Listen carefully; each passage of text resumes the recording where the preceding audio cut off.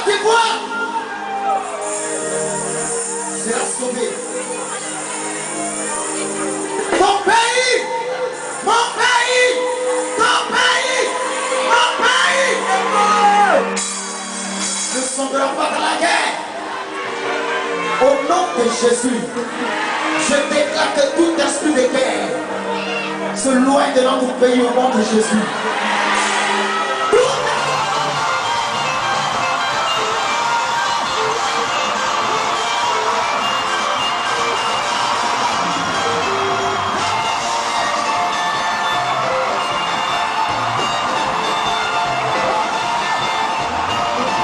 Merci Jésus, grâce à toi j'ai trouvé le bonheur.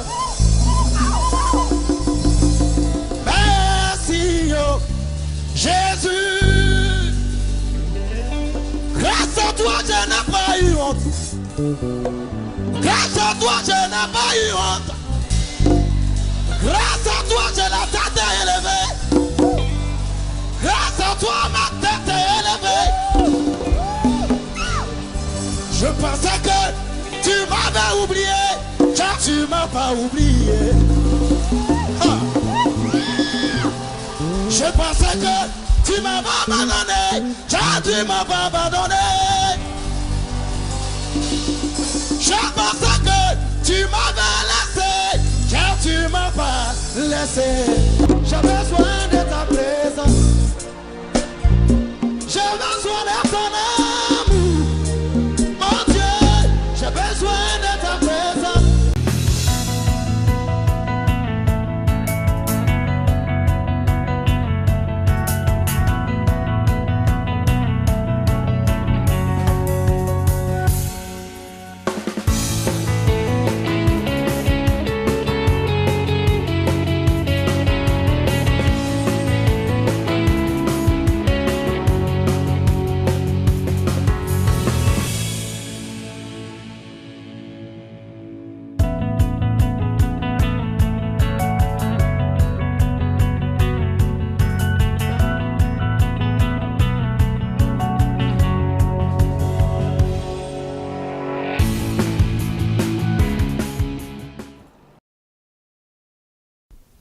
Shalom à tous et bienvenue dans votre émission Les couleurs de la vie. Alors aujourd'hui est un jour spécial parce que nous recevons sur le plateau des couleurs de la vie une personne spéciale. Pourquoi spéciale? Tout simplement parce que le Seigneur l'a choisi. Le Seigneur l'a choisi pour vous bénir, pour me bénir. Et aujourd'hui, le thème d'aujourd'hui est Nestor David de l'ombre à la lumière. Et pour cela, j'ai l'honneur de vous présenter l'invité d'aujourd'hui. Bonjour Nestor David. Bonjour maman. En tout cas, nous avons un très grand plaisir de vous recevoir sur le plateau des couleurs de la vie. Oui, le plaisir aussi est pour moi aussi. Et je pense que le plaisir est aussi pour les téléspectateurs. Oui, Vraiment. Alors, j'ai envie de vous dire, présentez-vous pour ceux qui ne vous connaissent pas. Nestor David, je suis à l'état civil, je me nomme Awandjon Kwasi Nestor. Je suis ivoirien, originaire d'Abengrou. Précisément à l'est de la Côte d'Ivoire. Je suis Agni. Voilà ce que je peux dire sur ma personne. Très bien. Alors vous dites, je suis ivoirien. C'est vrai que le Seigneur nous fait naître quelque part sur un pays, dans un pays, sur un territoire. Mais ce que vous faites aujourd'hui, je peux le témoigner, va au-delà de la Côte d'Ivoire, va au-delà du simple pays de la Côte d'Ivoire. Et voilà. Pourquoi? Parce que le Seigneur va au-delà de la Côte d'Ivoire et agit aussi au-delà. Oui, je peux dire que ex-ivoirien et aujourd'hui fils du royaume. Amen. Amen. Citoyen du royaume. Citoyen du royaume, Amen. fils du Dieu vivant. Du Dieu vivant. Ce qui fait que chacun de nous, Ivoiriens, Français, Togolais, Congolais, Zaïrois, peut, voilà, et votre frère en Christ. Parce qu'en tant que des chrétiens, nous sommes tous une même famille. Exact. Voilà. Amen. La Bible dit que à tous ceux qui l'ont reçu, il leur a donné le pouvoir de devenir enfants de Dieu. En tant que nous, tous des enfants de Dieu, nous venons tous d'un même Père qui est Dieu. Donc, nous sommes tous parentés, qu'on soit français, américain, africain ou asiatique. Une fois qu'on est chrétien, on est de la même famille. Amen. Amen. Donc, j'ai envie que vous puissiez nous raconter un petit peu. C'est vrai que le thème d'aujourd'hui est Nestor David, de l'ombre à la lumière. Et on comprend par ce thème que vous avez traversé, que vous étiez dans l'ombre. L'ombre signifie donc les problèmes, les souffrances, et que vous avez traversé un chemin qu'on appelle les épreuves, et que vous êtes arrivé là où le Seigneur a voulu que vous puissiez arriver. Est-ce que vous pouvez nous raconter un peu d'où vous venez, comment le Seigneur vous a appelé, et ce que vous avez traversé? Bon, ben, j'ai béni le Seigneur de m'avoir permis de connaître des moments difficiles. Avant, je ne comprenais pas. Avant, dans ces moments difficiles, je me lamentais, je me souciais. Il m'arrivait par moments où j'ai pensé que Dieu m'avait oublié, Dieu m'avait abandonné. Mais pourquoi je suis Dieu? Pourquoi je le sers? Et puis je ne vois rien. Mais plus tard, j'ai compris qu'il fallait que je connaisse ces moments difficiles. Il fallait que je traverse des moments difficiles pour que Dieu soit glorifié dans ma vie, pour que ma vie soit un témoignage de conversion, d'édification pour son peuple. Donc, aujourd'hui, j'ai compris que je devais passer par là pour être un instrument d'évangélisation pour le Seigneur. Donc, alors, je pourrais pas, on n'aura pas le temps vraiment de décortiquer un peu ma vie, mon témoignage, parce que ma vie est faite d'histoire. Comme j'ai l'habitude de le dire, j'ai perdu mon père à l'âge de 2 ans. Tout a commencé par là. J'ai pas connu mon père, j'ai pas connu mes parents. Et j'ai été élevé dans un village, dans un campement, qui se nomme Ara, dans la région d'Abengrou, où j'ai passé toute mon enfance. Et jusqu'à l'âge de 10 ans, j'ai commencé à voir que le traitement était différent des autres enfants de la maison. J'étais traité différemment. Et au point où mon oncle qui m'a élevé, parce qu'après la mort de mon père, c'est le petit frère de mon père qui m'a élevé. Et jusqu'à l'âge de 10 ans, j'ai constaté que mon oncle en question, il avait 4 femmes. Et d'abord, pour commencer, j'ai commencé à avoir des traitements différents que les autres. Parce que quand on prépare, on était plus de 12 personnes, 12 garçons à manger ensemble. Et quand on prépare, on sert la nourriture dans une bassine et on assis tout autour, les 12 personnes assis tout autour. Et chacun prend un coup. On fait le tour de l'assiette jusqu'à ce que ça te trouve, ta paume est sèche. Et c'est pas assez. Et quand on finit de manger, chaque enfant rentre dans la chambre de sa mère qui gardait aussi des réserves de nourriture à ses enfants. Et eux, ils se retrouvaient, ils mangeaient. Moi, j'étais assis.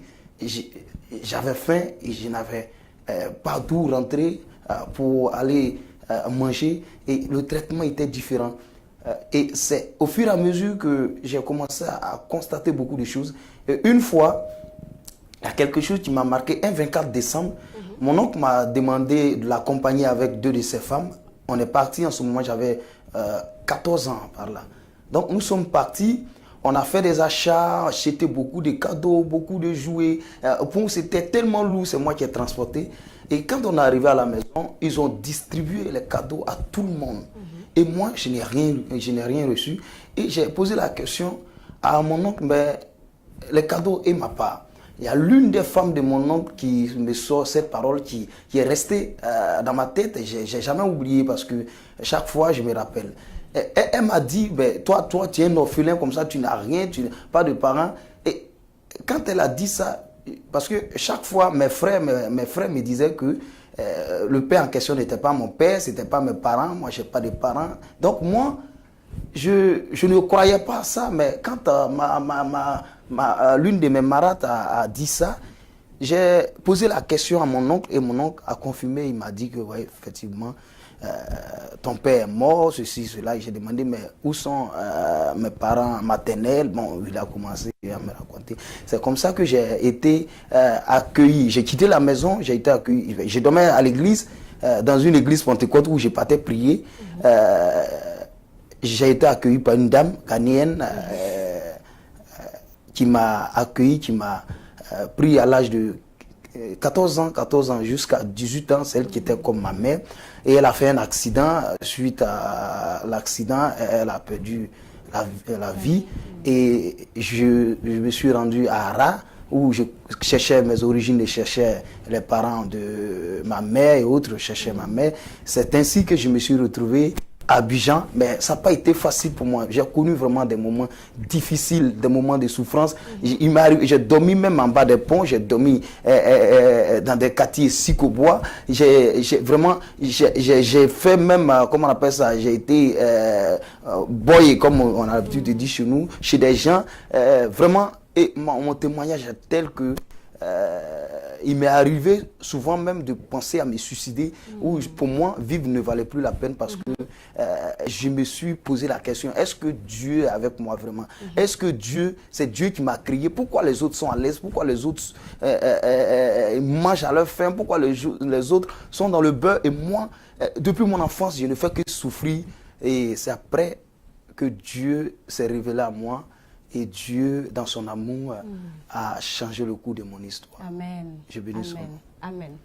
Vous dites que j'ai pensé à me suicider, j'ai souffert, dans toute cette souffrance-là, j'ai vu la méchanceté, si je peux l'exprimer ainsi, de l'être humain. Oui.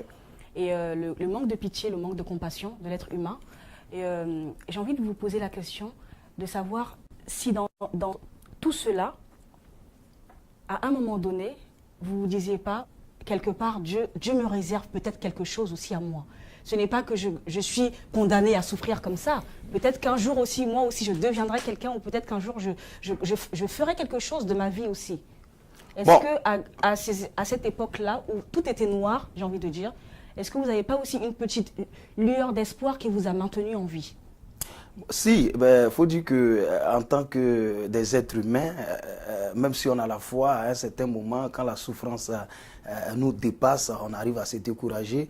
Mais c'est la foi que j'ai gardée en Dieu qui m'a permis de ne pas faire du n'importe quoi, de ne pas rétrograder, aller voler ou aller... J'ai jamais fumé, j'ai jamais vraiment commis des actes dont les enfants de la rue ont l'habitude de le faire.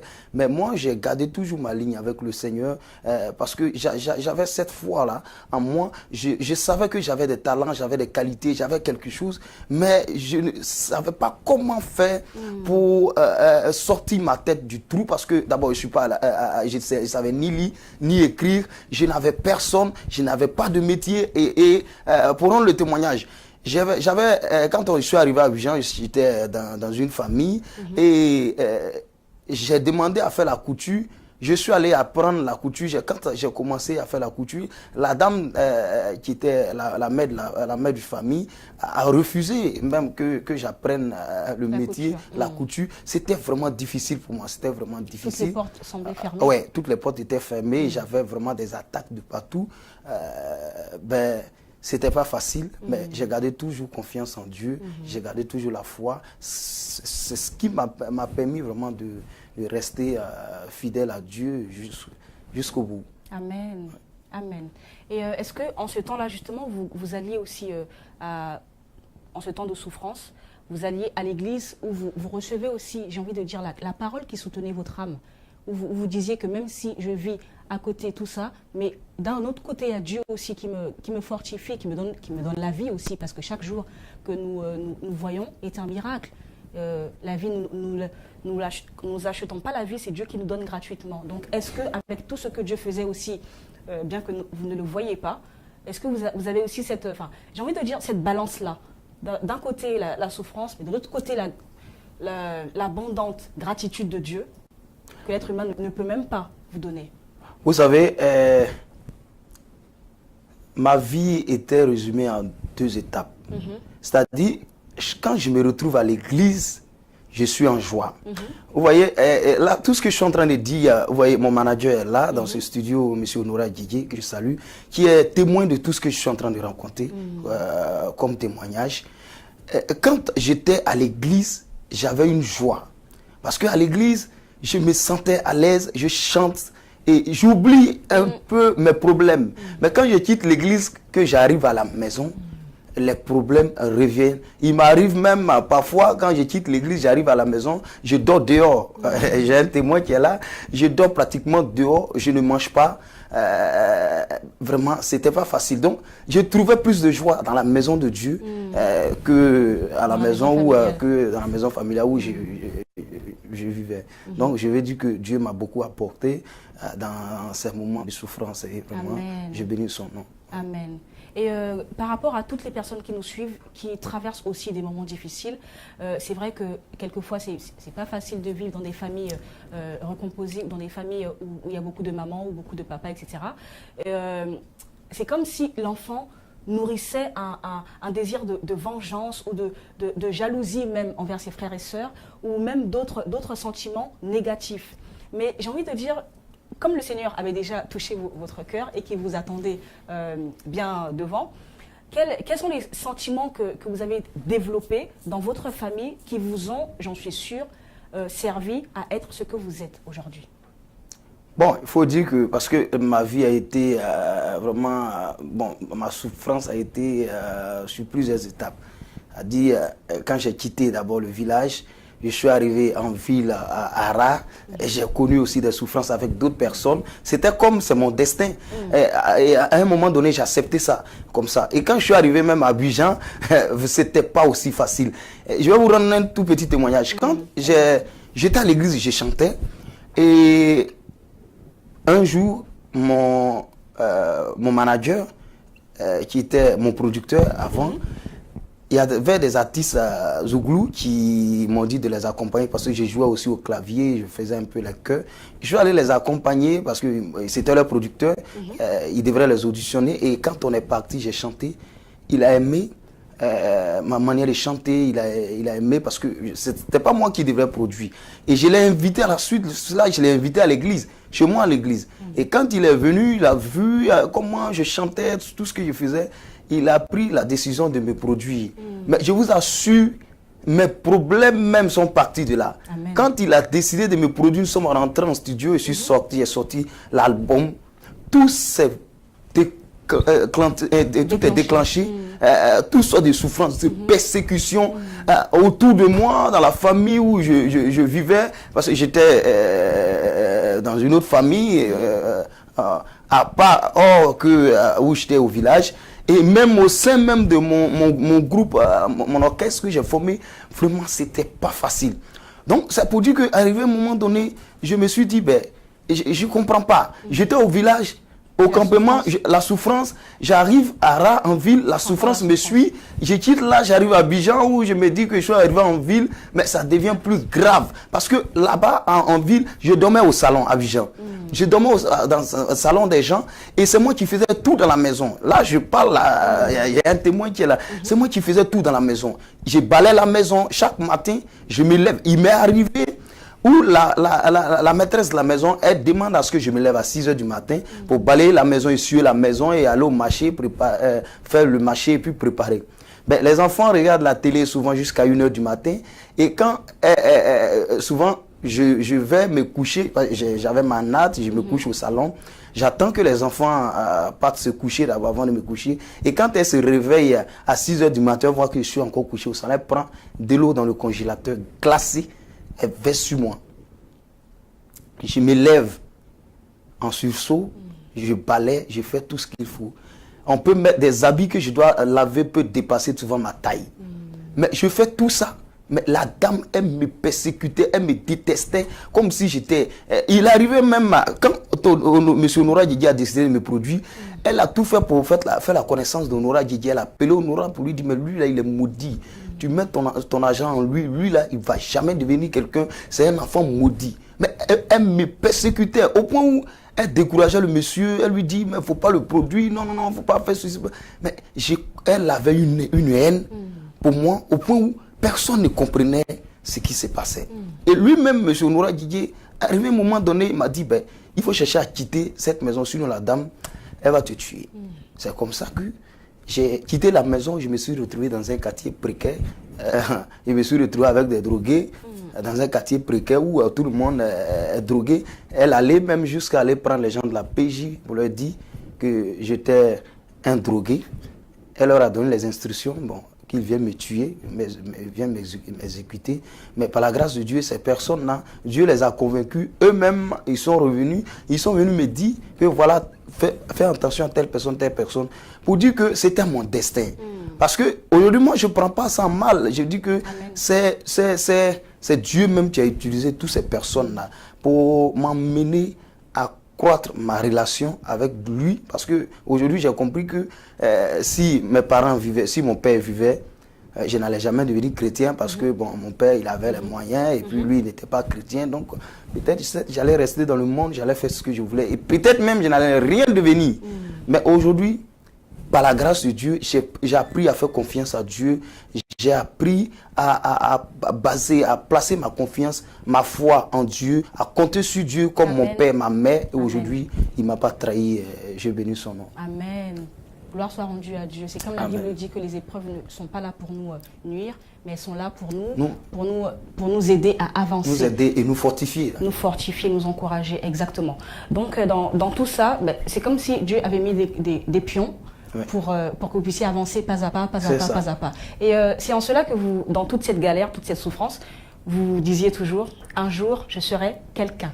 Oui. Coûte que coûte, je serai quelqu'un. Ça, c'est la promesse que vous faisiez à vous-même. J'avais cette foi. Si vous demandez à M. Didier et tous ceux qui étaient autour de moi, je n'avais rien, mais j'avais la foi. C'est-à-dire quand quelqu'un échange avec moi, quelqu'un parle avec moi, j'avais une certaine foi en moi que je peux devenir quelqu'un, je peux devenir un grand, et je prophétisais toujours. C'est-à-dire, je ne baissais pas les bras, je me décourage jamais. J'étais vraiment quelqu'un de positif. Voilà, j'étais vraiment, je faisais confiance en mon Dieu et je faisais confiance en moi, mais je savais que j'avais des qualités. Et quand je suis rentré en studio, j'ai sorti le premier album avec les difficultés, ça n'a pas marché, mais je n'ai pas baissé les bras. J'ai continué de prier, de travailler, de prier, de travailler. Et quand vous écoutez Jésus ressuscité, l'album qui m'a révélé, je prophétisais sur ma personne, sur ma vie. Pour dire que j'avais foi en Dieu et j'avais foi en moi, je savais que quelque chose de bon pouvait sortir de moi. Amen. Et Dieu a entendu toutes ces prières, il a entendu mes requêtes, il a entendu, il a vu la foi que j'avais placée en lui. Il n'aime pas gâter son nom, donc il est obligé de se glorifier. Amen. Et vous disiez aussi que comment dirais-je, ce n'est pas vous qui faites les choses, c'est Dieu qui fait au travers de vous, donc vous n'avez aucune gloire à tirer. Et personnellement, j'admire justement cette façon de penser parce que c'est totalement vrai. Parce que je me dis que l'être humain n'est tellement rien pour s'autoproclamer ou pour prétendre être quelqu'un, et que si quelque chose arrive dans la vie de quelqu'un, c'est que Dieu permet que nous puissions accomplir certaines choses. Et j'ai beaucoup aimé aussi lorsque vous disiez que je ne suis rien et je ne mérite même pas la gloire. Il faut que toute la gloire revienne à celui par qui tout cela est possible. Oui. Ben, moi, dans mon cas, par contre, je n'ai même pas d'intérêt à réclamer la gloire. Parce que, au fait, quand on essaie de faire un peu le bilan de ma vie, et tous ceux même qui m'ont connu avant, ils savent que je n'ai pas intérêt. Parce que rien n'est venu de moi. D'abord, je ne connais rien. Je ne sais ni lire ni écrit. Je n'ai pas appris de métier.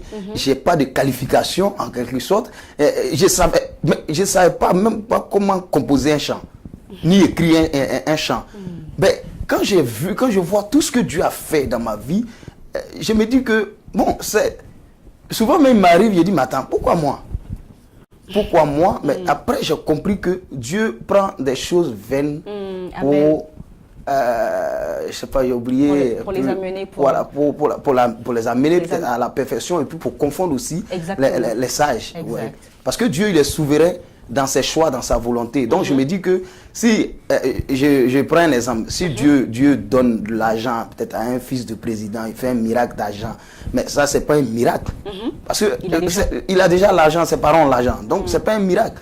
Mais lui, par contre, Dieu peut opérer autre miracle que l'argent ne peut pas faire. Amen. Soit peut-être c'est une guérison ou bien quelque chose que Dieu... Parce que Dieu fait toujours des choses dans sa souveraineté, il veut marquer toujours quelque chose qu'un homme ne peut pas faire.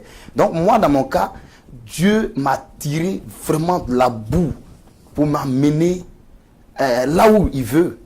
Amen. Là où il a voulu que je sois. Donc Amen. vraiment, je sais que je ne mérite rien dans tout ce qui m'arrive. Donc c'est pourquoi je lui donne toujours la gloire. Amen. Dans une de vos chansons, vous disiez, dans la chanson qui dit Jésus, dont le titre est Jésus m'a aimé, vous disiez, je ne savais pas qu'un jour je verrais le soleil. Oui.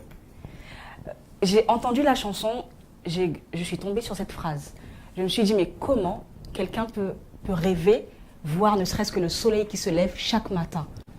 Alors, je me suis dit, c'est que votre désir était très, très, très profond. Et j'ai même envie d'aller plus loin que ça, c'est que par la grâce de Dieu, vous chantez ce que vous vivez. Donc, lorsqu'on écoute vos chants, vos chansons, c'est comme si c'était nous qui vivions la chose. C'est comme si chaque personne qui écoute vos chansons se reconnaît dans chacune de vos chansons. Pourquoi? Parce que vous parlez de la souffrance humaine et chaque être humain passe par des souffrances, des épreuves, des problèmes, des inquiétudes, des soucis. Et donc, ça intéresse tout le monde. On se sent concerné. Et lorsque j'ai entendu, je ne savais pas qu'un jour je verrais le soleil, je me suis dit, waouh, quel était ce rêve?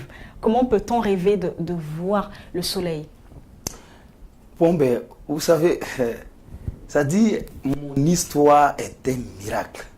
Vous voyez, Amen. Quand je dis, je ne savais pas qu'un jour j'allais voir le soleil, ça dit, le soleil, certes, j'ai pris un peu l'image du soleil. L'espoir. Ouais. C'est-à-dire, je ne savais pas qu'un jour j'allais devenir quelqu'un. Je ne savais pas qu'un jour même j'allais pouvoir souvenir à mes besoins. Et quand je dis moi qui étais programmé pour être toujours derrière, c'est-à-dire tout ce que les gens disaient de moi, les gens ne voyaient que du négatif. Les gens ne voyaient que de l'échec en moi.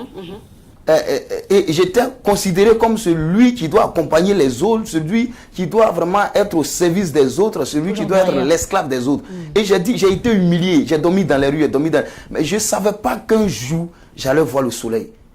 Aujourd'hui, voilà moi. Vous savez, cette phrase chez nous en Côte d'Ivoire, les gens aiment ça. C'est devenu un slogan. Quand les gens parlent, ils disent aujourd'hui, voilà moi. On dit que j'ai pris ce français terre à terre pour que tout le monde puisse comprendre, mesurer l'ampleur et la dimension de ce que vraiment Dieu a fait pour moi. Et à travers ce chant, j'ai vraiment voulu rendre témoignage des bienfaits de l'Éternel dans ma vie pour dire à quelqu'un qui m'entend, qui est dans la souffrance, qui ne croit plus à un lendemain meilleur. Je vous assure que Dieu m'a dépassé, Dieu m'a étonné, Dieu a dépassé mes entendements humains. Je vous assure, quand je sortais l'album, quand je suis rentré en studio, mon objectif, je ne pensais même pas qu'un jour, j'allais même, ne serait-ce que traverser l'aéroport. C'était pas là ma vision, je ne rêvais même pas à ça. Je me suis dit que j'ai été tellement l'objet des humiliations. Moi, je vais juste sortir un album, passer à la télé pour que les gens sachent qu'au moins, moi aussi, je peux devenir quelqu'un. Mais aujourd'hui, Dieu s'est saisi de ce que j'ai chanté, sans même toutefois parler peut-être un français académique ou écrit de bels textes. Mais Dieu s'est saisi de ces paroles et aujourd'hui, par la grâce de Dieu, j'ai parcouru presque tout le monde entier. Et si ce n'est pas Jésus qui peut faire ça, je ne vois pas un homme opérer un tel miracle ou un autre Dieu à part Jésus. C'est très vrai. C'est vraiment vrai. Si ce n'est pas Dieu, il faut me dire c'est qui. J'ai envie de dire. J'ai envie de vous poser la question très simplement. Aujourd'hui, êtes-vous heureux, Nestor David? Oui, je suis heureux d'être enfant de Dieu. Amen. Ma plus grande joie, c'est que je n'ai pas rétrogradé. Je ne suis pas allé dans le monde. J'ai gardé la ligne, je suis resté en Dieu. Et aujourd'hui, je suis très content. Aujourd'hui, à mon âge, il y a beaucoup de choses dans lesquelles je ne suis pas. Aujourd'hui, par la grâce de Dieu, je suis chrétien. Et quand les gens voient à moi, quand les gens me regardent, mon histoire, ma vie est un témoignage. Amen. Pour beaucoup de personnes. Aujourd'hui, je suis très fier et content d'être enfant de Dieu, content d'être un ambassadeur de Jésus-Christ. Et il n'y a pas plus de joie que parler de Jésus à travers le monde entier. Amen. Amen. J'ai aussi envie de rajouter non seulement la joie d'être enfant de Dieu et d'être son messager dans toute la création. Oui. Il y a un deuxième bonheur qui vous est parvenu. Oui. Parlant de la Bible, que dit la Bible? Celui qui a trouvé une femme a trouvé le bonheur. Donc, on peut dire que vous êtes doublement heureux. Oui, vous savez, le jour de mon mariage, quand on a fini à la mairie, on partait au lieu de la réception, j'ai commencé à couler des larmes. Parce que je me suis rappelé de beaucoup de choses. Ça dit, je ne savais même pas qu'un jour même, je pouvais avoir un truc pour dire que je vais me marier. Et quand j'ai vu les personnalités qui étaient à mon mariage, quand j'ai vu, on est arrivé à la réception, j'ai vu le monde qui était à mon mariage. Quand j'ai vu tout ce qui s'est passé, et aujourd'hui, de la souffrance, des moments difficiles, j'ai jeté un regard au village, au campement. Aujourd'hui, me voilà, je suis marié. Aujourd'hui, on m'appelle monsieur à Ondion. Aujourd'hui, il y a une femme qui porte mon nom. Vraiment, j'ai béni le Seigneur. Amen. Et après ça, Dieu m'a donné une fille, une charmante fille. Aujourd'hui, je suis un père. On m'appelle papa aussi. C'est un témoignage, je rends grâce à Dieu. Amen. Amen. Alors, mis à part ces deux bonheurs, c'est vrai qu'on a été content et heureux pour vous lorsqu'on a appris que vous étiez mariés, parce que, comme la Bible dit, hein, c'est réellement un bonheur pour un homme de se marier, de trouver celle qui nous correspond. Et c'est vrai que vous remplissez, vous n'êtes pas très vieux, vous êtes bien jeune, et vous remplissez des stades entiers, vous remplissez des grandes salles, vous faites des concerts dans toute la création, dans tout le monde entier. Je peux dire que vous avez une certaine joie, que les gens viennent pour recevoir ce que le Seigneur a fait dans votre vie et ce que le Seigneur a mis en vous pour que vous puissiez donner aussi à ces personnes en difficulté aussi, peut-être qui viennent, ou simplement des gens qui veulent vous encourager, ou simplement des gens qui veulent recevoir ce que le Seigneur a mis en vous. Et alors que vous n'étiez pas considéré auparavant, vous dites dans vos chants que j'avais envie d'exprimer ma souffrance. J'avais envie que les gens comprennent ma souffrance et j'avais envie de témoigner ce que le Seigneur a fait pour moi. Est-ce qu'aujourd'hui, vous estimez avoir, du moins, je vais sur la base qu'on n'est jamais arrivé. Est-ce qu'aujourd'hui, vous estimez être sur la bonne voie? C'est-à-dire que vous estimez être dans votre destinée, dans la destinée que le Seigneur a prévue pour vous? Oui, je pense. Amen. Je pense parce que, d'abord, l'objectif premier d'un chrétien, c'est d'évangéliser. Amen. C'est de parler de notre Seigneur Jésus-Christ, de ses bienfaits dans notre vie. Et c'est ce que je fais. Et je suis très content de le faire chaque fois que je tiens le micro. Quand vous essayez de voir mes concerts, quand j'ai le micro en main, ce n'est plus ma personne, ce n'est plus moi. Je ne vois pas le public qui est devant moi, mais je me vois un Nestor David qui est en train de rendre les honneurs à celui qui l'a élevé. Amen. Qui l'a permis d'être devant un public. Parce que ce n'était pas évident. Donc, toutefois que je me retrouve sur la scène, mon public vient, mais moi, je m'adresse directement à Dieu et Dieu aussi se charge de bénir ceux qui sont en face de moi. Ouais. Et pour vous raconter l'histoire, le 28 décembre dernier, je faisais mon dernier concert, l'année. Un concert que nous avons dénommé Apothéose 2014 parce que c'était le dernier dimanche de l'année. Et pendant le concert, nous avons invité des autorités de notre pays, de la Côte d'Ivoire. Et parmi les autorités, il y a un député qui a pris le micro, un député président d'un parti politique, un grand parti politique en Côte d'Ivoire.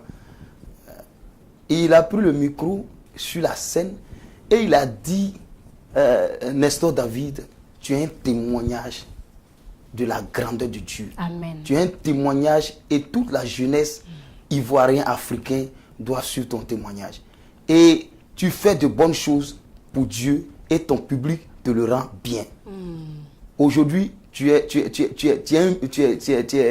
comme le miroir de la jeunesse ivoirienne. Quand il a dit ces paroles, j'ai compris que il n'y a pas mieux que servir Jésus. Quand on sert Jésus, Dieu nous glorifie.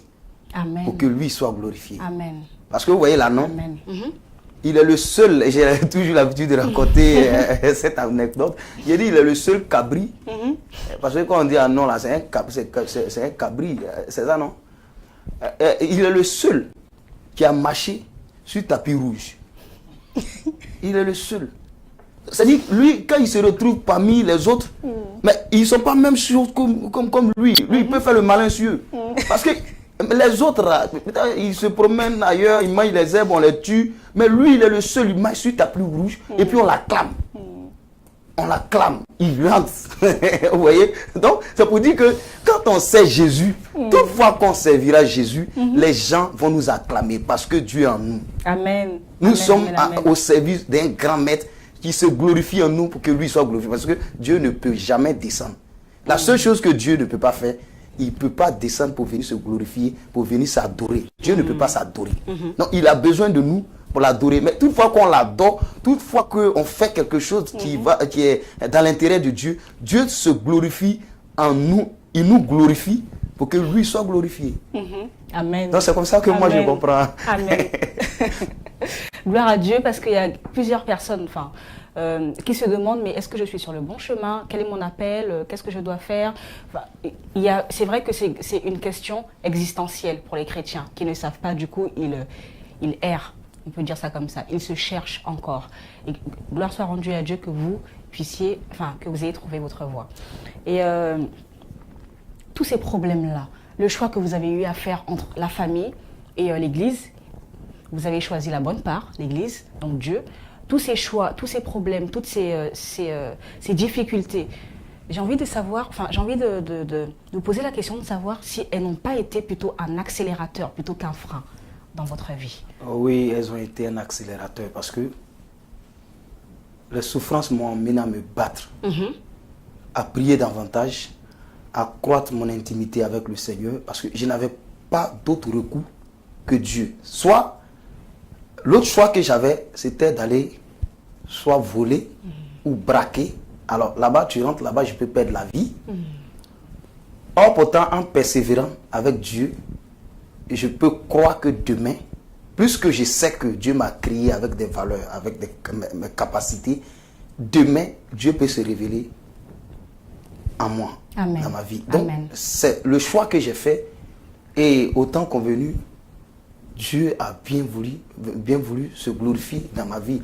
Et je pense que je devais passer par là. C'était une transition, un passage obligé parce que si je n'étais pas passé par ces souffrances, que même je chantais, l'impact n'allait pas être comme elle l'est aujourd'hui. Parce qu'aujourd'hui, je peux regarder quelqu'un en face et lui dire que Jésus est Seigneur. Amen. Pourquoi il est Seigneur? Je n'ai pas m'arrêter pour lui dire non, il a fait dans la Bible, dans Somme tant, il a fait ça pour David, il a fait ça pour Abraham. Oui, je suis d'accord. Mais toi-même, moi-même, là, qu'est-ce qu'il a fait pour moi? Qu'est-ce qui m'a stimulé à m'accrocher à lui? Mais s'il n'y a pas de témoignage, il n'a rien fait pour moi, alors je peux le chanter comme ça sans vivre ce que je dis. Et puis je peux le chanter comme ça sans pratiquer même la vie chrétienne. Et puis aller faire du n'importe quoi parce que bon, je n'ai pas d'engagement à lui. Or, pourtant, là où je suis là, si je m'amuse, je peux me retrouver. J'ai plus envie de. Si je retourne au village, je dois retourner au village en grand. Amen. Mais j'ai plus envie de retourner au village en tapette ou vraiment. C'est pas bon. Donc, puisque j'ai plus envie de me retrouver comme ça, je veux toujours être à son service pour qu'il se glorifie dans ma vie, pour qu'il me glorifie chaque jour, que lui aussi soit glorifié. Aujourd'hui, même quand je vais au village, les gens, on met tapis rouge comme le cabri qui a marché sur le tapis rouge. Ouais. Mais c'est parce que je suis au service de Dieu. Donc j'ai fait le bon choix. Vraiment, gloire soit rendue à Dieu. Et le bon choix conduit plusieurs centaines de milliers de personnes à être bénies au travers de vous. Donc vraiment, merci Seigneur. Donc on va parler de la nuit de la Shekinah. Oui. Donc il va se passer le vendredi 16 janvier, la nuit de la Shekinah, avec Nestor David. C'est un concert de louange. Oui, c'est un concert de louange. C'est un concert de louange. Un bon moment à passer dans la présence de Dieu avec les artistes de l'Éternel, dont Nestor David. Donc vendredi 16 janvier, à partir de 22h jusqu'à 5h du matin. C'est la nuit de la Shekinah. L'adresse au 36 rue de la Fontaine du Vaisseau, 94 120 Fontenay-sous-Bois, de 22h à 5h du matin. Les coordonnées vont s'afficher. Téléphonez, n'hésitez pas, c'est une bénédiction pour vous d'assister à ce concert. Et n'hésitez pas à acheter les billets de train ou d'avion, peu importe, déplacez-vous massivement. Pourquoi? Parce que le Seigneur a envoyé son serviteur pour vous, pour moi, et tous les enfants de Dieu doivent être bénis. Vous ne pouvez pas manquer ce rendez-vous. La nuit de la Shekinah, vendredi 16 janvier, à partir de 22h, au 36 rue de la Fontaine du Vaisseau, à Fontenay-sous-Bois. Parlons aussi de votre prochaine actualité. Donc, tout de suite après la nuit de la Shekinah, oui. Samedi 17, vous êtes en Italie, oui. Donc à Varèse, à Milan. À Varèse, oui. À Varèse, oui, à Milan, pour ceux qui veulent aussi se déplacer, effectuer le déplacement. Les renseignements, toujours aux mêmes coordonnées qui s'affichent en bas de votre écran. Et le 25 janvier. 25 janvier, je suis au stade de Boaké. Et cette date, d'ailleurs, me rappelle beaucoup de choses parce que c'est la date de mon anniversaire. Et je ne savais pas, c'est vous-même qui m'avez rappelé tout à l'heure, j'avais oublié ma date d'anniversaire tellement je suis occupé, pris par des concerts à gauche et à droite. Donc le dimanche 25 janvier, on sera en Côte d'Ivoire au stade de Boaké. C'était dans quelques jours. Et après ça, nous avons la première semaine de février. La première semaine de février, nous sommes au Gabon. Après le Gabon, on sera à Londres d'abord, à Londres et aux États-Unis. On reviendra en France dans le mois de mars pour une tournée. Dans les villes de France. Ouais, donc Marseille, Paris, Lyon, Orléans, Toulouse, La Rochelle. Lyon. Orléans. Bon. En tout cas, de là où vous allez, en fait, je crois que là, vous pensez vraiment au public français. Donc, de là où vous êtes, vraiment, déplacez-vous pour aller dans la ville la plus proche de chez vous pour pouvoir assister au concert de Nestor David et n'hésitez pas. En tout cas, nous serons bénis au travers de ces réunions que vous allez passer, ces concerts que nous allons passer en votre compagnie. Nous avons envie de savoir quel est le Nestor David que nous écoutons, pour qui nous prions, que nous admirons, que nous encourageons? Quel genre de mari est-ce? Quel genre d'homme est-ce à la maison? Alors, est-ce que vous faites vous faites à manger, vous faites les travaux ménagers? Enfin, quel genre de papa ou de mari êtes-vous? D'abord, je suis un cordon bleu. C'est très bien cuisiné. Ah bon? Ouais, et en plus de ça, je suis très taquin. Il arrive souvent, mon épouse se fâche parce qu'elle trouve que je me moque trop. À la maison, j'aime taquiner, j'aime rire, j'aime jouer la comédie. Ça dit, je suis différent du Nestor David qui est sur la scène. Voilà. À la maison, je ne chante pas, j'aime pas chanter. Souvent, mon épouse, quand elle chante, je trouve qu'elle ne sait pas chanter pour rien. Donc, elle ne sait pas chanter, elle ne sait pas danser. Quand elle chante, je dis, mais tais-toi, tu donnes mal à l'oreille. Donc, elle dit, mais toi, tu es là, tu ne chantes jamais. Elle dit, mais elle se demande, mais comment moi je fais? Puis, je chante. Parce qu'à la maison, on ne me voit jamais chanter, je joue la comédie. C'est un peu ça. Donc, je suis, vraiment tranquille, je ne me prends pas la tête. Voilà, j'aime jouer, j'aime être toujours avec mes gars. Donc, c'est comme ça, c'est la famille. Vraiment. Et puis j'ai des petites blagues souvent que je raconte, mais ça plaît aux gens quand même. Ça permet de détendre souvent l'atmosphère. Et même souvent quand je suis en concert, il m'arrive de créer des petites histoires, des petites anecdotes pour égayer aussi le public. Donc je pense que ça passe bien, les gens aiment ça. Bien sûr. Sortir un peu de... Oui, parce qu'il arrive des moments, quand on rentre dans le spirituel, quand on rentre en esprit, on ne peut plus me contrôler et on ne reconnaît plus la personne. Il arrive même que les membres de mon staff, quand ils s'approchent de moi, ils tombent sur l'onction. Ils tombent sur l'onction. D'autres même, tous les éléments, il y a un qui voulait venir me donner de l'eau. J'étais sur la scène et quand il est arrivé, en me donnant l'eau, lui, il m'a touché. Quand il m'a touché, l'onction l'a pris, il est tombé sur l'onction. Après, on dit, mais va lui donner de l'eau. Quand il réclamait l'eau, il dit, donne plus. Il a eu peur et quand on est arrivé à la maison, il a commencé à jouer la comédie. Il dit aux gens, lui là, il fait exprès. Il fait exprès, lui il s'approche plus de moi. Donc je fais un peu la part des choses, du que il y a le côté spirituel.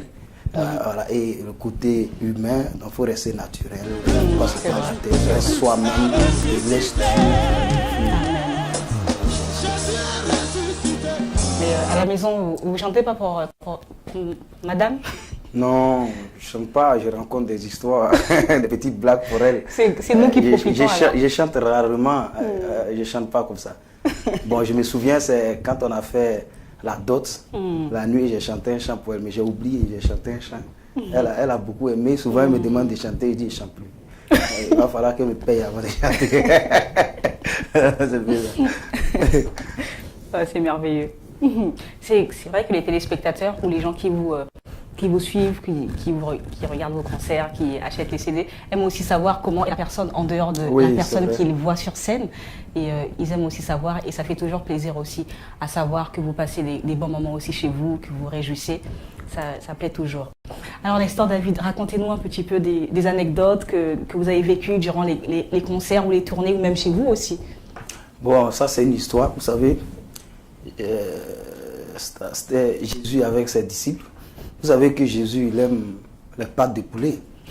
Donc, il a organisé, Pierre, il aimait organiser les choses. Il a organisé une cérémonie à l'occasion de l'anniversaire de Jésus. Et Pierre a préparé 6 poulets rôtis. Et Jésus, quand il arrive, il reste en route, il fait des miracles jusqu'à... Il perdait du temps. En temps, Pierre avait faim. Donc, Pierre a commencé à manger une pâte de chaque poulet. Donc, tous les 6 poulets, il a mangé une pâte de chaque poulet. Quand Jésus est arrivé, vers minuit, Jésus s'amène avec sa soutane. Il arrive, Jésus rend grâce, il ouvre le repas, il regarde, parce qu'en temps, lui, c'est les pâtes qu'il aime. Jésus aimait les pâtes de poulet.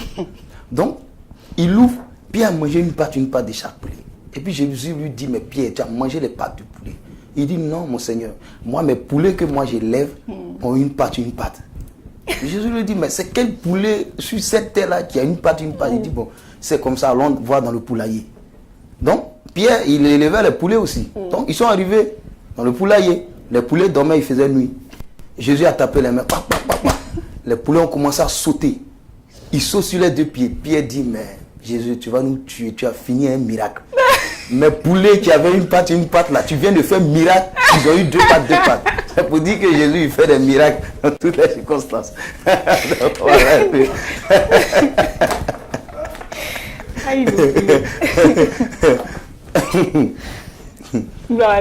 Merci, que Dieu vous bénisse.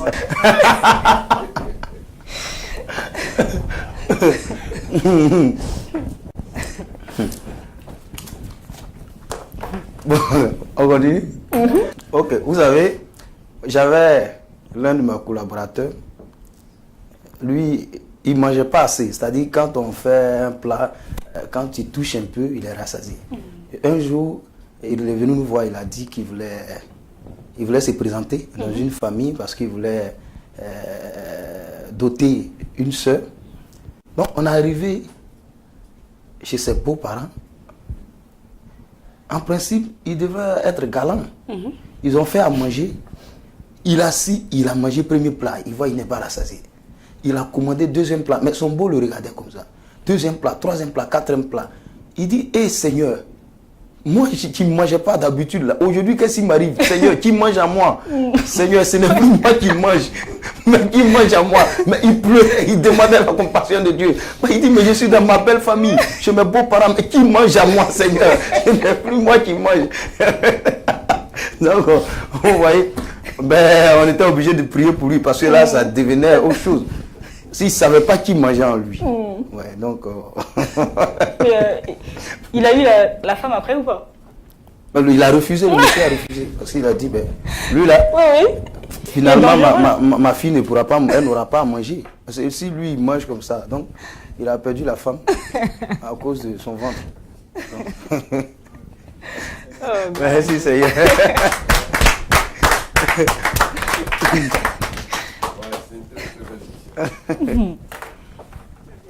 Gloire à Dieu. Oh là là. Alors, j'ai envie de vous demander, avez-vous une parole d'encouragement, un mot à dire à toutes les personnes? Bon, nous traversons tous des difficultés à un moment donné de notre vie. À toutes les personnes qui, peut-être comme vous aussi, sont passées par des épreuves tellement difficiles qu'elles aussi, elles se sont posées la question de savoir, mais on dit que Dieu existe, mais si vraiment Dieu existait, pourquoi moi? Pourquoi je passe par de telles épreuves? Pourquoi? Et si je me suicidais, est-ce que ce ne serait pas mieux plutôt que de subir ça? Puisque Dieu, apparemment, Dieu n'est plus là avec moi. Est-ce que vous avez quelque chose à dire à ces personnes-là qui pensent que mettre fin à ces jours, c'est peut-être mieux?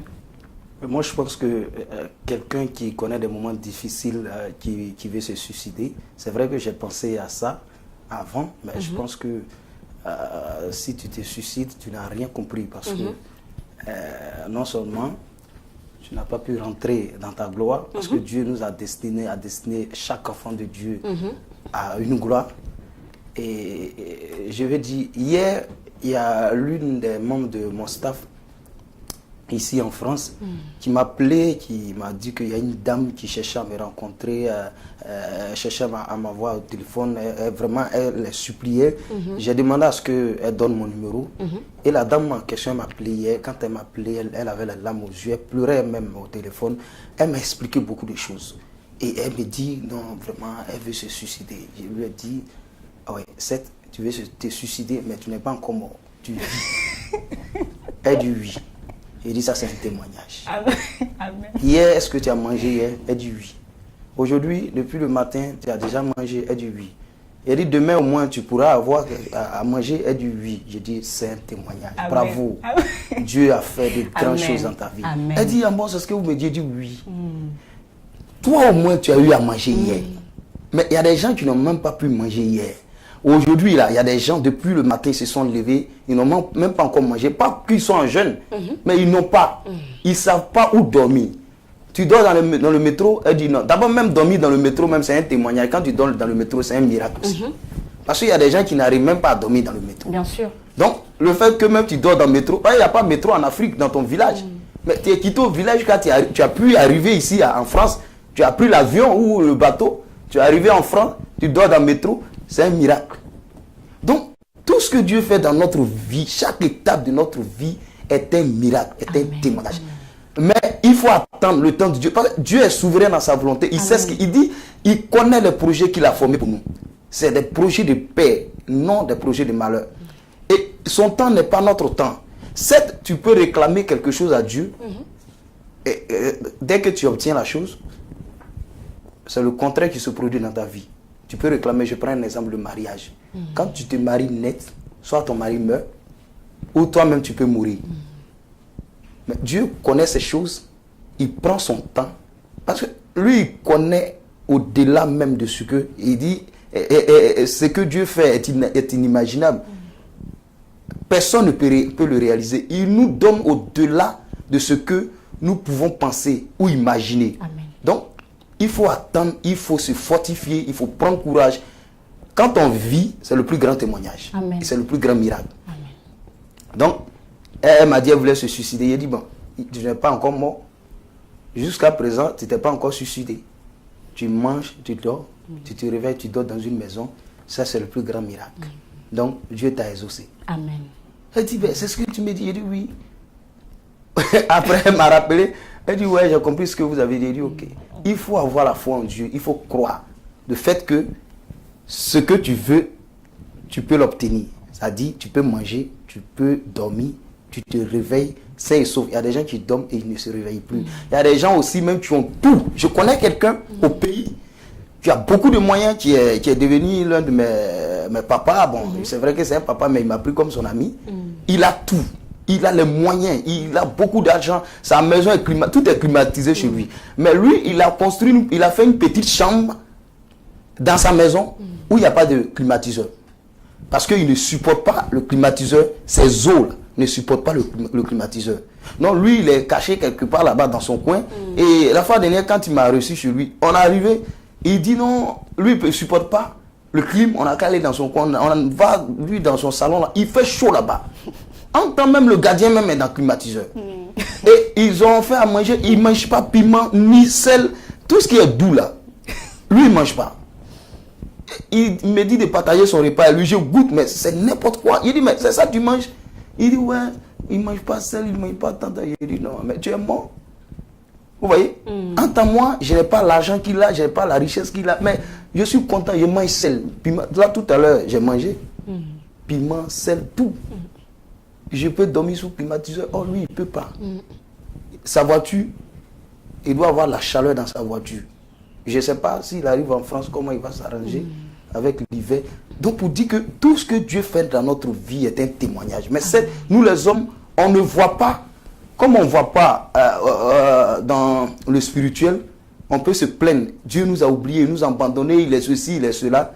Mais Dieu sait ce qu'il fait. Donc, il faut attendre, il faut rester calme. Attendre le temps de Dieu et prier, prier, prier et laisser Dieu faire les choses. Amen. Amen.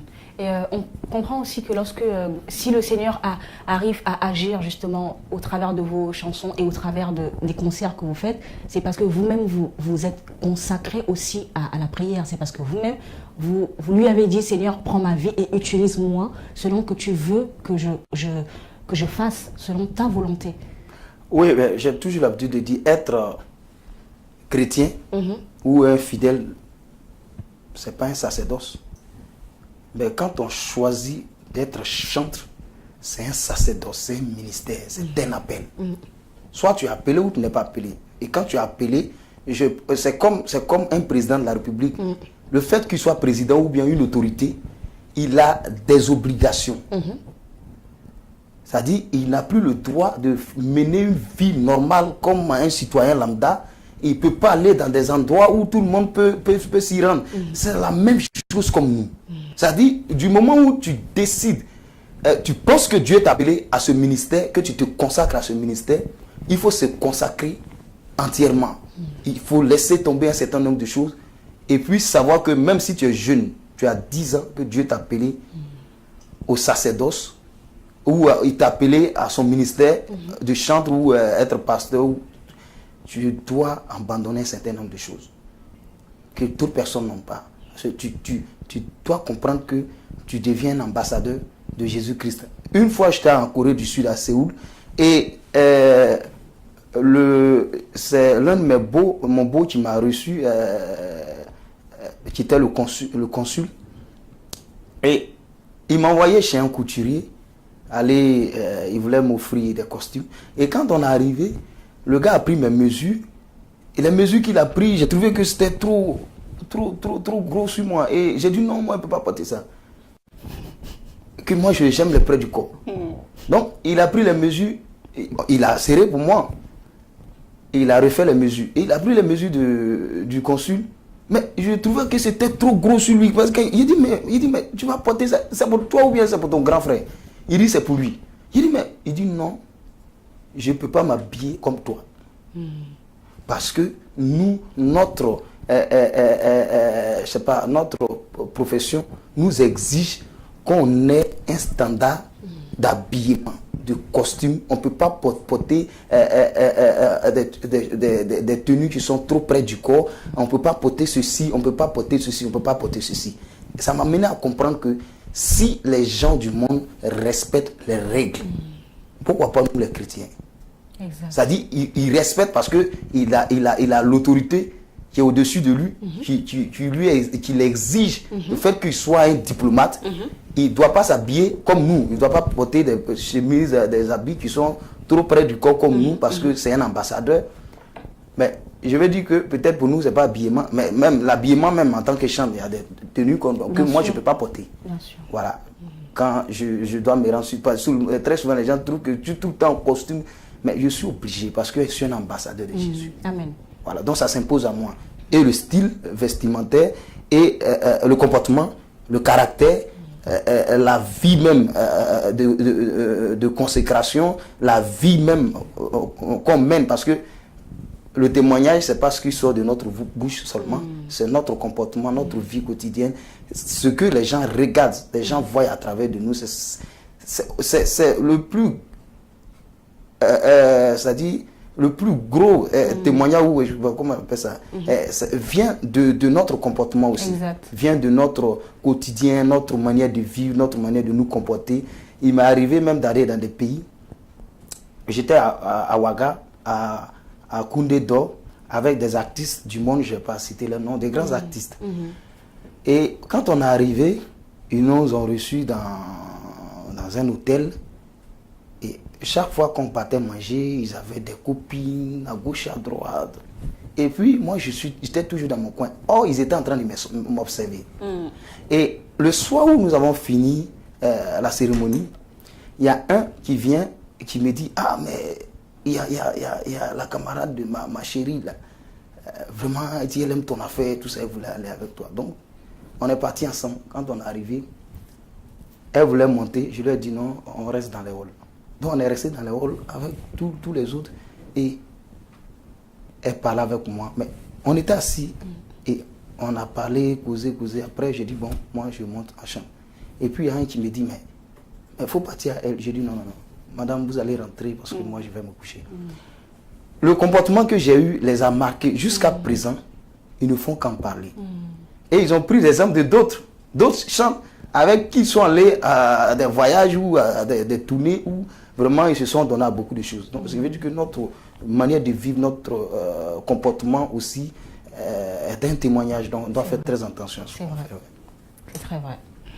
Et d'ailleurs, le monde regarde et copie, j'ai envie de dire, c'est aussi une occasion de bénédiction. Et la Bible dit, le monde attend impatiemment la manifestation, c'est ça, des fils de Dieu.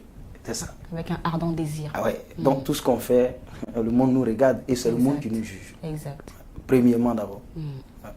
C'est très vrai. Nestor David, de l'ombre à la lumière. Aujourd'hui, on peut dire que vous êtes dans la lumière parce que vous êtes dans la gloire de Dieu, dans la destinée que le Seigneur a réservée pour vous et que vous avez quitté l'ombre. L'ombre, Dieu merci, c'est derrière, mais c'est cette ombre-là qui vous a permis d'arriver à la lumière. Donc, merci Seigneur. On rappelle les dates. Donc, la nuit de la Shekinah, le vendredi 16 janvier, de 22h à 5h du matin. Donc, au 36 rue de la Fontaine du Vaisseau, 94 120 Fontenay-sous-Bois, de 22h à 5h du matin, avec le chantre de l'Éternel, Nestor David. Les coordonnées s'affichent sous votre écran. Ensuite, les prochaines dates, donc samedi 17 janvier à Varèse, à Milan. Ensuite, le 25 janvier, jour de son anniversaire, merci Seigneur. Donc, un grand concert à Boaké, au stade de Boaké, en Côte d'Ivoire. Ensuite, la première semaine de février, il sera au Gabon, ensuite à Londres, ensuite aux États-Unis et vers le mois de mars, il fera une tournée en France. Donc, tout un chacun de vous est invité à le rejoindre durant cette tournée. Ça sera à Paris, Marseille, Orléans, La Rochelle. En tout cas, choisissez la ville dont vous êtes le plus près afin de vous y rapprocher, afin de venir à ces concerts. Et nous rappelons aussi le CD, le nouveau CD de Nestor David, DVD, et qui s'affiche également à votre écran. Donc n'hésitez pas à appeler aux coordonnées qui se sont affichées pour pouvoir vous procurer le DVD, pour pouvoir vous procurer le CD. N'hésitez pas parce que j'ai envie de vous promettre que vous serez bénis. Et j'ai même envie de dire, asseyez-vous, n'écoutez pas, c'est pas des chansons qu'on écoute très très rapidement comme si on écoutait une radio. Voilà. Surtout les paroles.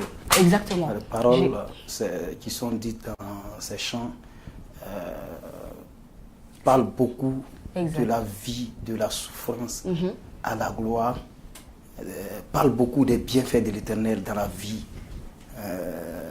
de quelqu'un. Ça dit, moi dans ma vie, mais celui qui écoute, le message s'adresse à la personne qui écoute. Exactement. Et j'ai envie de dire, écoutez, réécoutez. Pourquoi? Parce que comme la parole de Dieu se renouvelle, ces chansons vous parlent à chaque fois que vous écoutez, elles vous parlent de nouveau. En tout cas, Nestor David, c'était un plaisir de vous recevoir sur le plateau des Couleurs de la Vie à Gloire TV. Avez-vous un dernier mot pour toutes ces personnes qui vous soutiennent, qui vous encouragent, qui vous regardent, qui vous écoutent également? Oui, je voudrais dire merci à toute la direction de Gloire TV. Merci pour cette émission. Je voudrais dire merci aussi au Seigneur. Merci à tous mes fans, à tous ceux qui nous suivent en ce moment. Que le Seigneur vous bénisse. Sachez que quand il y a la vie, il y a de l'espoir. Il faut croire toujours en notre Seigneur Jésus-Christ. Dieu ne t'a pas créé pour que tu souffres éternellement. Il ne t'a pas créé pour que tu sois le dernier. Il t'a créé avec des valeurs, avec des qualités. Crois en lui, quelle que soit la souffrance. Reste ferme. Sache que Dieu est fidèle. Il relèvera ta tête au temps convenu. Que Dieu vous bénisse. Merci. Amen. Voilà, c'était Nestor David dans cette émission dont le thème est Nestor David de l'ombre à la lumière. Et j'ai envie de dire, comme Nestor David a dit, vous n'êtes pas, Dieu n'a pas destiné quelqu'un à être derrière, à être la queue, toujours la queue, toujours la queue. Dieu t'a destiné à être la tête, et donc persévère comme Nestor David a persévéré, afin que le Seigneur te fasse la tête toi aussi. Merci de nous avoir suivis, merci pour votre fidélité et retrouvez-nous très prochainement dans votre émission Les couleurs de la vie. C'était Lady Storm et à très bientôt. D'ici là, n'oubliez pas que Jésus-Christ est Seigneur. À bientôt. Bye bye.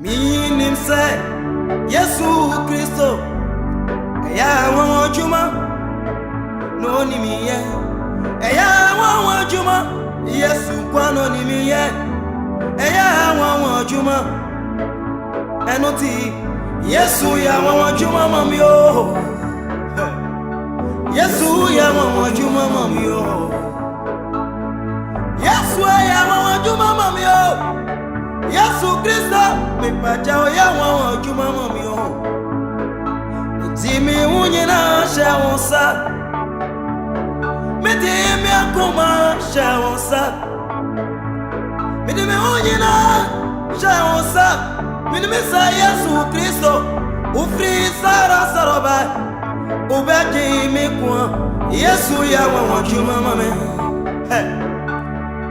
Yesu mabrao Yesu mabrao Yesu ma breo anoti me pajao Yesu ya mon maman. J'ai besoin de ta présence. J'ai besoin de ton amour. Oh Dieu, j'ai besoin de ta présence. Car nous vivons dans ce monde de temps de troubles. Nous vivons dans ce monde de temps de souffrance. Nous vivons dans ce monde de temps de crise. Sans ta présence, mon Dieu, où irons-nous? Je t'en supplie, voilà mon âme. Je suis rejeté à cause de ton évangile. Les gens m'ont abandonné. Je t'en supplie, voilà mon âme. Je t'en supplie, voilà mon âme. Mes frères m'ont abandonné parce que j'ai pris la décision d'appartenir à ton royaume. Et pour cela, les gens m'ont abandonné. Je n'ai plus personne, je suis à la rise de tous. Mon Dieu ne m'abandonne pas. Dis-moi quelque chose. Dis-moi quelque chose. Mon âme est attristée. Mon Dieu, ne m'abandonne pas. Je t'en supplie, Seigneur. Dis-moi quelque chose. Non. Laisse les gens parler mal de toi. Laisse les gens te critiquer. Laisse les gens te maltraiter parce que tu as accepté le Seigneur. Mais ton Dieu est en train de préparer ton témoignage. Et le témoignage sera tellement grand que d'autres diront que tu as deux féticheurs. Ils sauront que ton Dieu t'a aimé. Dans tous ces moments, je ne baisserai jamais les bras. Je resterai toujours fidèle à toi. Parce que je sais que tu es toujours le même. Si tu as guéri les aveugles, si tu as marché sur la mer rouge, si tu as guéri les paralytiques, tu n'as pas changé.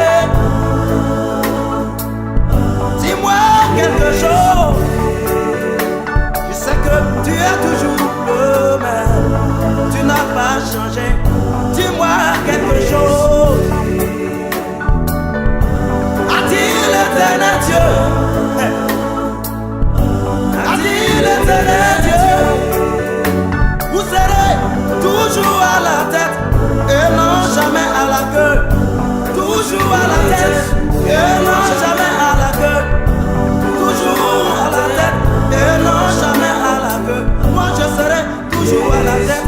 Dans ma famille, toujours à la tête. Dans mon quartier, toujours à la tête. Dans mon entourage, toujours à la tête. Dans mon pays, toujours à la tête. Il n'y aura jamais mon semblable. Les gens parleront de mon signe. Je marquerai ma génération. Je marquerai mon histoire. Car les autres dieux sont morts. Les autres dieux sont morts. Ils sont restés dans le tombeau. Le marabout du quartier est mort. Il est resté dans son tombeau. Le Bouddha, il est mort. Il est resté dans son tombeau. Mais le Dieu que vous j'adore, il est mort le premier jour, le deuxième jour, le troisième jour.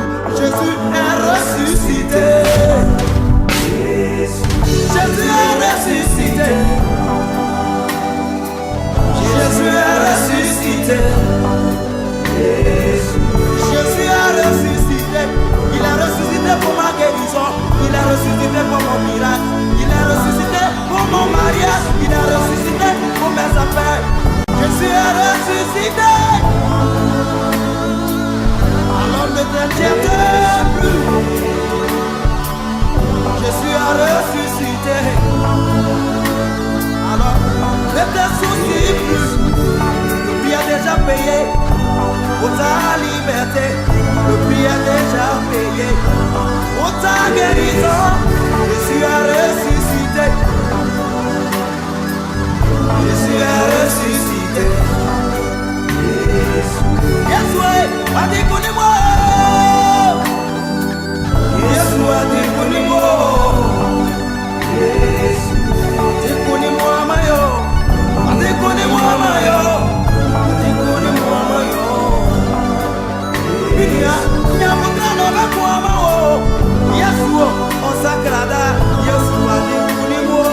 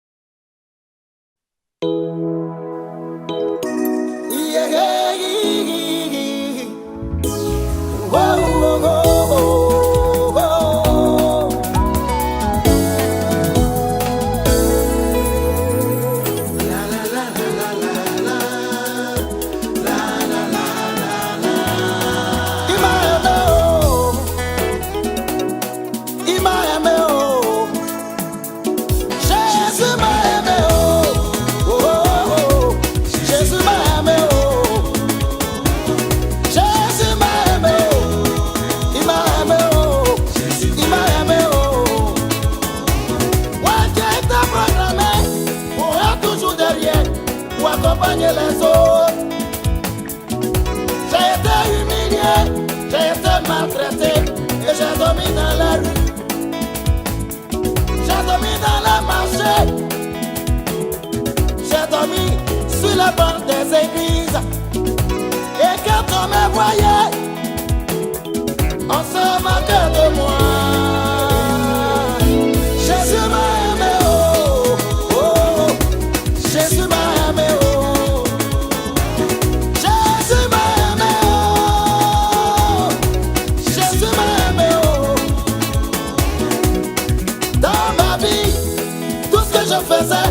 N'était que des échecs et rien ne me réussissait. On se moquait de moi, on me traitait d'enfant maudit. Les gens disaient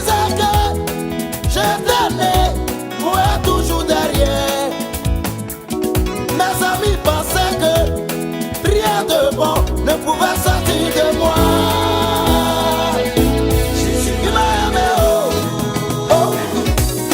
Il m'a aimé, oh, oh, oh. Il m'a aimé, oh, il m'a aimé, oh, il m'a aimé, oh. Jésus, il m'a aimé, oh. Hey! Que toute la gloire revienne à Jésus, celui qui m'a aimé.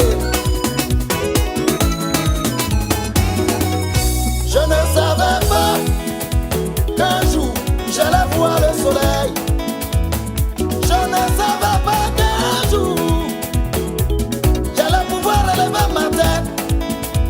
Je ne savais pas qu'un jour j'allais retrouver le sourire.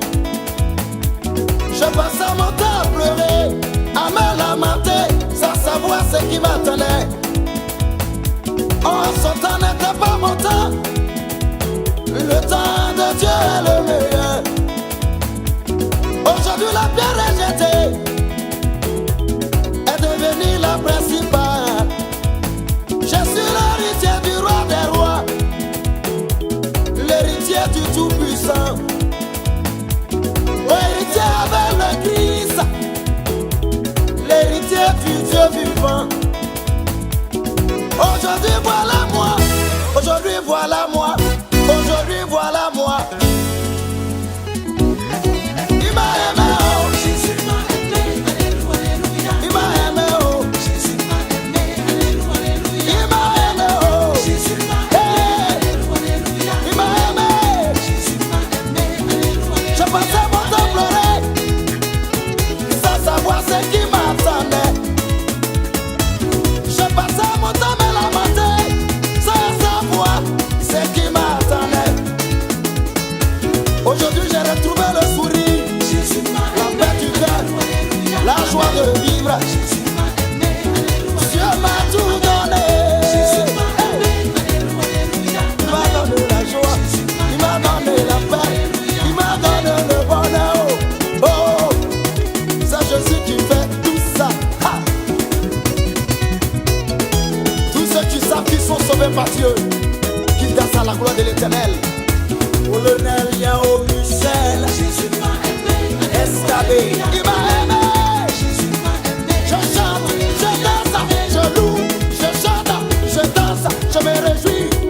Grâce à Dieu, il m'a aimé. Oh, Jésus m'a aimé, alléluia, amen. Jésus m'a aimé, alléluia, amen. Jésus m'a aimé, alléluia, amen. Jésus m'a aimé, alléluia, amen. Jésus m'a aimé, alléluia, amen. Jésus m'a aimé, je me réjouis à l'Éternel, je me réjouis à Dieu, je me réjouis à mon Dieu, il m'a aimé, oh, alléluia, amen. Il m'a aimé, il m'a aimé, il m'a aimé, il m'a aimé, il m'a aimé, il m'a aimé, il m'a aimé. Jésus m'a aimé, alléluia, amen. Jésus m'a aimé, alléluia, amen.